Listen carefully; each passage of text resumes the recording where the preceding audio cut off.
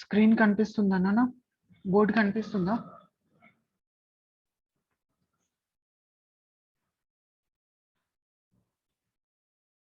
Board కనిపిస్తుందా నాన్న? Board కనిపిస్తుందా? ఓకే. సో ఇక్కడ మనం ఏంటంటే ఒక పారామీటర్ ఉంటుంది కదా. సో ఆ పారామీటర్ని మనం కాన్స్టెంట్ లాగా తీసేసుకోవాలి. ఏదో ఒక పారామీటర్ని మనం కాన్స్టెంట్ లాగా తీసేసుకోవాలి. ఏదో ఒక పారామీటర్ని మనం కాన్స్టెంట్ లాగా తీసేసుకోవాలి. సో ఇక్కడ నేను ఏంటంటే m2ను కాన్స్టెంట్ తీసుకుంటున్నాను, ఇంటూ ఈక్వల్స్ 1. సో అప్పుడు ఏమవుతుంది, n1 వాల్యూ కావాలి. సో అప్పుడు ఏమవుతుంది, m2 L2 t⁻−2 by m1 L1 t⁻−2. Okay. So ఇక్కడ నుంచి మనం సింప్లిఫై చేయాలి. So simplify in the sense ఈ కన్వర్షన్ యూనిట్స్ మొత్తం రాసేసుకోవాలి. n1 equals to m2 by m1 into L2 by L1 into T2, ఇది 2 నానా, T2 by T1 to the power -2. So ఇక్కడ నుంచి మనకు తెలిసిన యూనిట్స్ ఏంటి, n1 equals to m2, mks లో 1 kg అని చెప్పేసి వస్తుంది, 1 kg by gram, 1 kg into gram అని చెప్పేసి వస్తుంది. 1 kg ఇంటూ గ్రామ్ అని చెప్పేసి వస్తుంది. ఒక నిమిషం, క్లాస్ ఉన్నప్పుడే ఇంకా పంపించానని చెప్పేసి అన్నాను.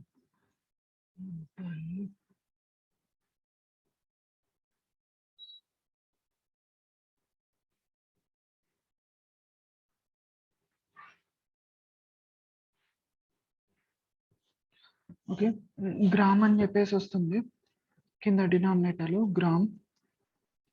సో నెక్స్ట్, సో ఇక్కడ మనకు లెంత్, లెంత్ మనకి ఎలా ఉంటుంది నాన్న, 1 మీటర్ అని చెప్పేసి వస్తుంది, 1 మీటర్. ఓకే, తర్వాత నెక్స్ట్ ఏంటి, మనకు సెంటీమీటర్, L2లో మనకి ఏంటి లెంత్ అనేది సెంటీమీటర్ ఉంటుంది. Okay, cm centimetre. తర్వాత టైం అనేది సెకండ్ అని చెప్పేసి వస్తాయి కాబట్టి సెకండ్ బై సెకండ్ అంటే మనకి క్యాన్సిల్ అయిపోతుంది. సో అది ఇక్కడ డైరెక్ట్ రాసేసుకుందాం, సెకండ్ అని చెప్పేసి ఇలా రాయొద్దు నాన్న, కంప్లీట్ సెకండ్ అని రాయాలి, second to the power -2. So తర్వాత మనకు 1 kg అంటే ఎన్ని గ్రామ్స్ మనకు ఐడియా ఉంది కదా. So 1000 grams. So 1000 by 1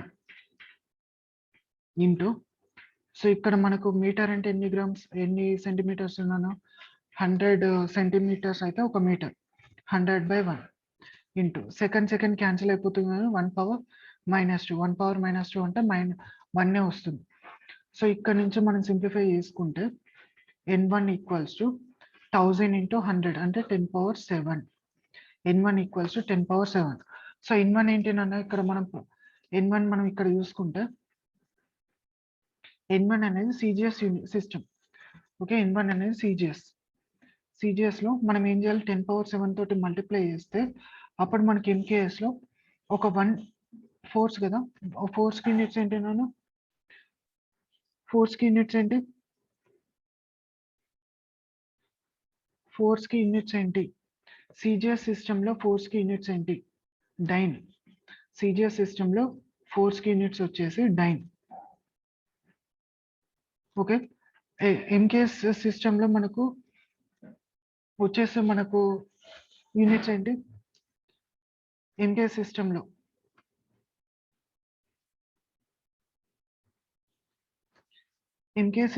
units ఏంటి, ఉన్నారా?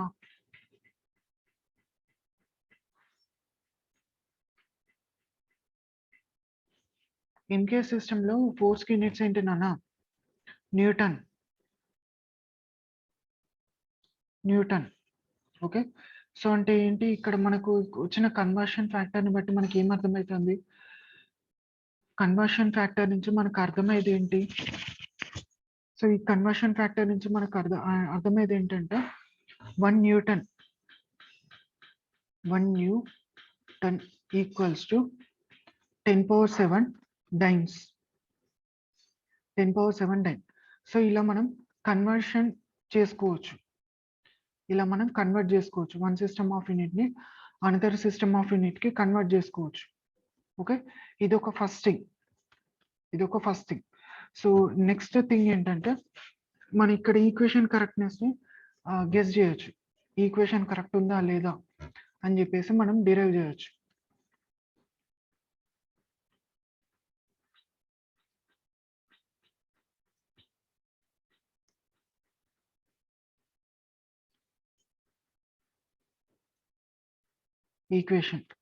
ఈక్వేషన్ కరెక్ట్ ఉందా లేదా అని మనం వెరిఫై చేయొచ్చు. సపోజ్ ఒక ఈక్వేషన్ తీసుకుందాం. సో ఈక్వేషన్ ఏంటి?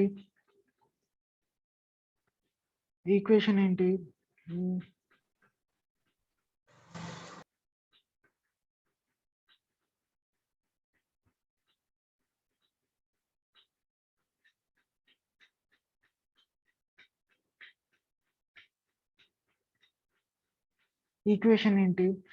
ఇక్కడ మనకు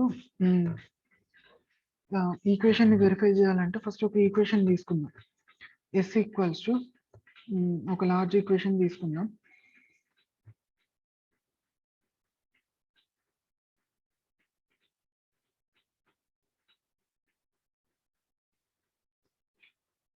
నాన్న శ్రీవల్లి ఇది ఫస్ట్ క్లాస్ అని నేను ఎప్పుడు చూడలేదు. శ్రీవల్లి తర్వాత సాయి.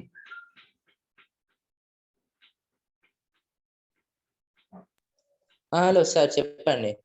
ఓకే క్లోజ్ చేయండి అన్న.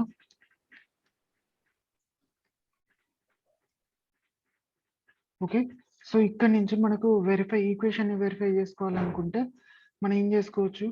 ఒక ఈక్వేషన్ రాయాలి. So s equals to u t plus half a t square. So equation కరెక్టా కాదా మనం వెరిఫై చేయాలి. అంటే ఎల్హెచ్ఎస్ ఆర్హెచ్ఎస్. సో ఇక్కడ మనం చూసుకుంటే ఇది ఒక నిమిషం వేరే కలర్ తీసుకుంటాను. ఇది ఉంది కదా, ఇది సి, తర్వాత ఇది ఏ, తర్వాత ఇది B. Okay, A plus B equals to C. నాన్న ఈ కొమరెల్లి శ్రీవల్లి నువ్వు రెగ్యులర్ స్టూడెంటే కదా? Srivalli. Okay, so C equals to A plus B. So ఇక్కడ నుంచి మనకు వెరిఫై చేయాలి. అంటే A dimensions, B dimensions and C dimensions మూడు కరెక్టా కాదా అని వెరిఫై చేయాలి. ఫస్ట్ సి డైమెన్షన్ చూద్దాం. సో సి డైమెన్షన్స్ ఏంటి? సి అంటే ఏముంది ఇక్కడ? డిస్ప్లేస్మెంట్. ఓకే, సి అంటే మనకి ఇక్కడ ఏముంది? డిస్ప్లేస్మెంట్ ఉంది. సో డిస్ప్లేస్మెంట్ కి యూనిట్స్ ఏంటి? లెంత్ అంటే మనకి డైమెన్షన్స్ ఏమొస్తాయి? ఎల్ అని చెప్పేసి వస్తుంది. ఓకే, ఇది కంప్లీట్ అయిపోయింది. తర్వాత నెక్స్ట్ మనకి ఇక్కడ ఏంటి? ఏ డైమెన్షన్స్ మనం చూసుకోవాలి.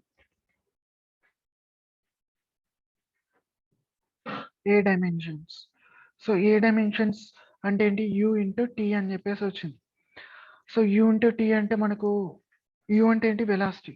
సో వెలాసిటీ అంటే ఏంటి? LT -1 dimension. సో టీ అంటే ఏంటి? Time tea. సో ఈ రెండు క్యాన్సిల్ అయిపోతాయి. సో మళ్ళీ అగైన్ మనకి ఏమొచ్చింది? ఎల్ అని చెప్పేసి వచ్చింది. అంటే ఏ డైమెన్షన్ కూడా ఎల్ అని చెప్పేసి వచ్చింది. ఓకే, తర్వాత నెక్స్ట్ బి డైమెన్షన్.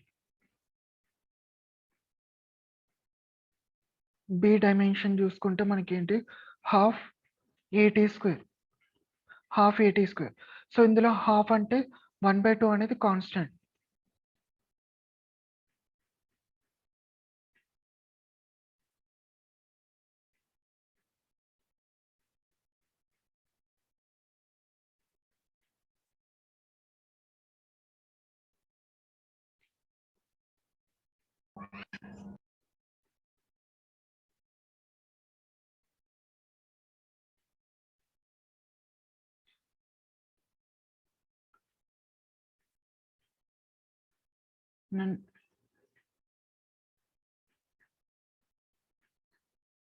నానా అజయ్ నువ్వు ఓల్డ్ స్టూడెంటేనా న్యూ స్టూడెంటా అజయ్ లేదు సార్ నేను లింక్ సాయి తేజ పంపిల్లి కదా సార్ ఒకసారి ఈరోజు వినమని చెప్పిండు ఓకే అప్పుడు మధ్యాహ్నం కాల్ చేసినాం మీకు ఓకే ఓకే నాన్న నెక్స్ట్ సో ఇక్కడ మనకి ఏ అనేది కాన్స్టాంట్ కదా సో కాన్స్టాంట్ కి మనకి ఇక్కడ డిఫరెన్షియేషన్ ఉండదు డైమెన్షన్ ఉండదు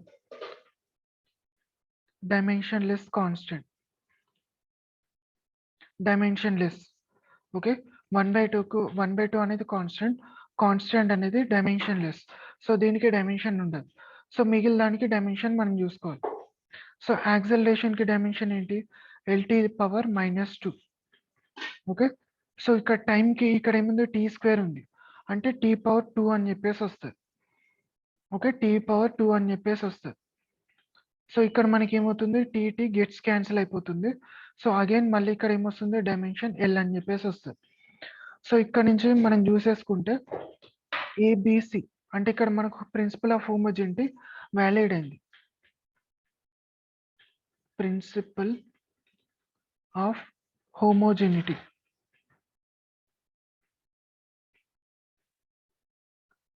satisfies ఒక్క నిమిషం satisfied సో అంటే ఇక్కడ ఏంటి A = B+C అయింది A = B+C లాగా ఉంది సో మనకి ఇక్కడ డైమెన్షన్స్ వచ్చేసి ఏ డైమెన్షన్స్ అంటే మనం ఇక్కడ తీసుకుంది వేరే కదా C = A+B ఓకే సో ఇక్కడ మనకి L = ఏ డైమెన్షన్ కూడా L వచ్చింది ప్లస్ B డైమెన్షన్ కూడా L వచ్చింది అంటే ఈ డైమెన్షన్స్ సేమ్ ఉన్నాయి C dimensions A dimensions B dimensions same ఉన్నాయి ఓకే సో కాబట్టి ఇక్కడ మనకు ప్రిన్సిపల్ ఆఫ్ హోమోజెనిటీ సాటిస్ఫై అయిపోతుంది ఇక్కడ నుంచి మనకు ప్రిన్సిపల్ ఆఫ్ హోమోజెనిటీ సాటిస్ఫై అవుతుంది తర్వాత నెక్స్ట్ మీరు ఏ ఈక్వేషన్ తీసుకున్నా కూడా కానీ డైమెన్షన్ అనాలిసిస్ అనేది చాలా ఇంపార్టెంట్ అన్న ఏ ఈక్వేషన్ తీసుకున్నా కానీ మీకు చాలా ఇంపార్టెంట్ ఇది ప్రతి దాంట్లో మనకు ఈ ప్రాబ్లమ్స్ అడుగుతాడు కరెక్ట్ ఈ ఈక్వేషన్ ని వెరిఫై చేయాలని చెప్పేసి ఒక కండిషన్స్ ఇస్తాడు తర్వాత కొన్నిట్లలో మనకు కన్వర్షన్స్ అడుగుతాడు సో అప్పుడు మనం వీటిని యూజ్ చేసుకుంటే సరిపోతుంది డైమెన్షన్ అనాలిసిస్ ని యూజ్ చేసుకుంటే సరిపోతుంది అండ్ ఫర్ నెక్స్ట్ మనకి ఏంటంటే మీకు నిన్న కొన్ని చెప్పలేదు నాకు derived quantities so derived quantities అంటే మీకు ఆల్రెడీ చెప్పాను ఇక్కడ నుంచి ఏం చేస్తాం ఒక్క నిమిషం physical quantity derived quantity okay so ఇక్కడ నుంచి మనకు ఇంకోటి న్యూ ఈక్వేషన్ ని డిరైవ్ చేసే కాన్సెప్ట్ ఉంటుంది అది నేను చెప్తాను నెక్స్ట్ క్లాస్లో చెప్తాను ఇది 7 minutes లో క్లోజ్ అవుతుంది క్లోజ్ అయిపోయిన తర్వాత నేను మళ్ళీ తీసుకుంటాను అప్పుడు చెప్తాను సో ఇప్పుడు 7 minutes ఉంది కాబట్టి కాన్స్టెంట్స్ డైమెన్షనల్ కాన్స్టెంట్స్ ఏంటి డైమెన్షన్ లెస్ కాన్స్టెంట్ ఏంటి ఒకసారి చూద్దాం డైమెన్షనల్ అండ్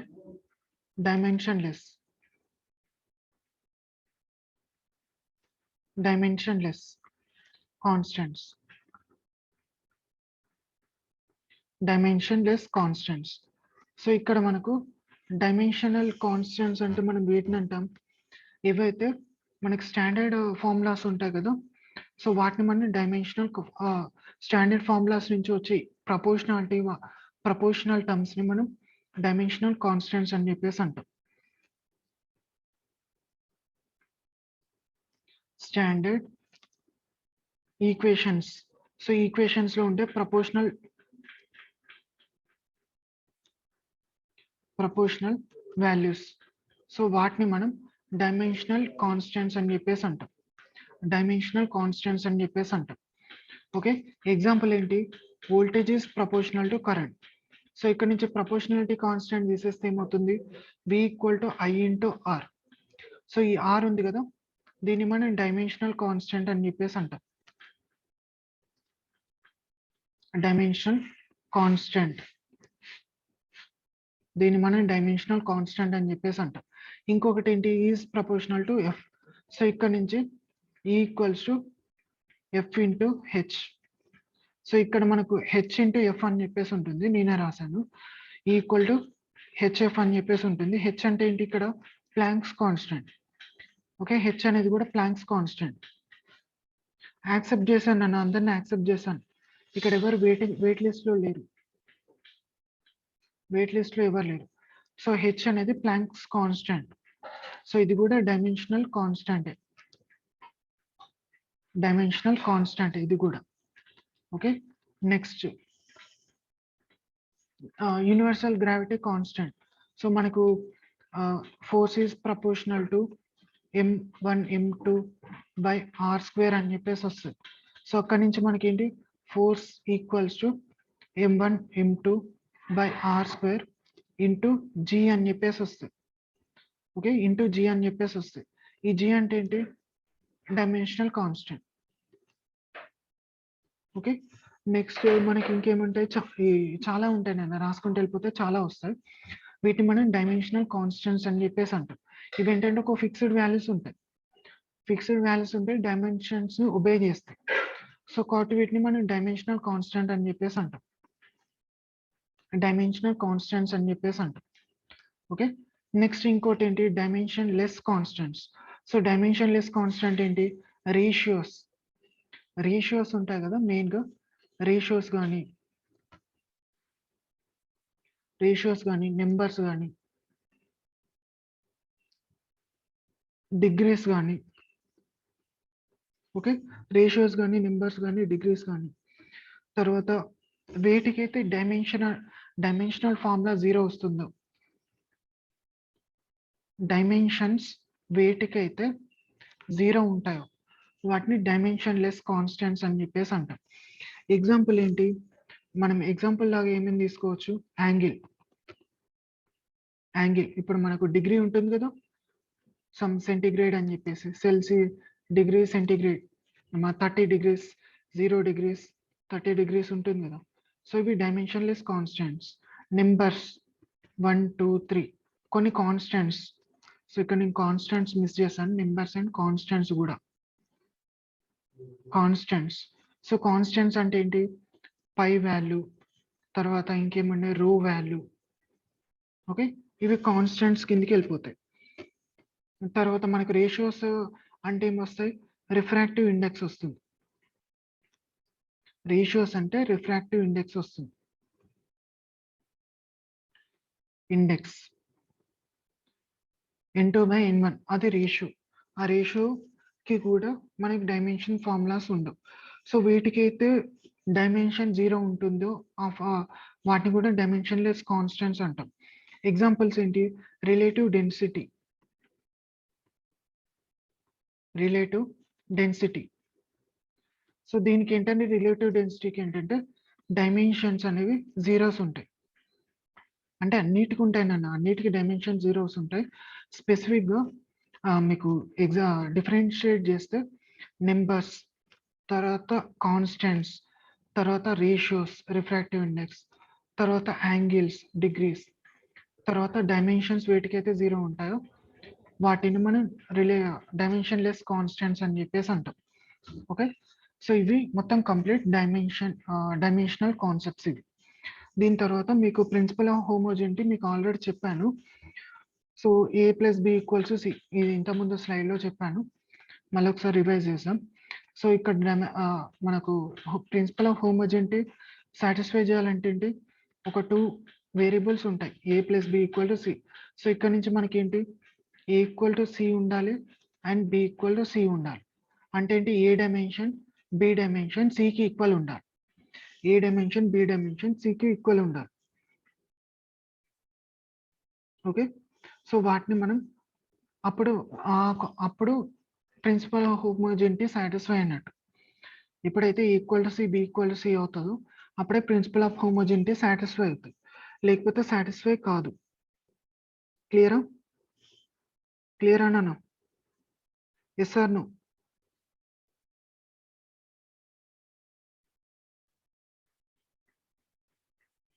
నాన్న 1 మినిట్ ఉంది. నేను ఇది క్లోజ్ చేస్తున్నాను. కరెక్ట్ 5కి మళ్ళీ జాయిన్ కండి. ఓకే? ఓకేనా? ఓకేనా నాన్న? వినిపిస్తుందా?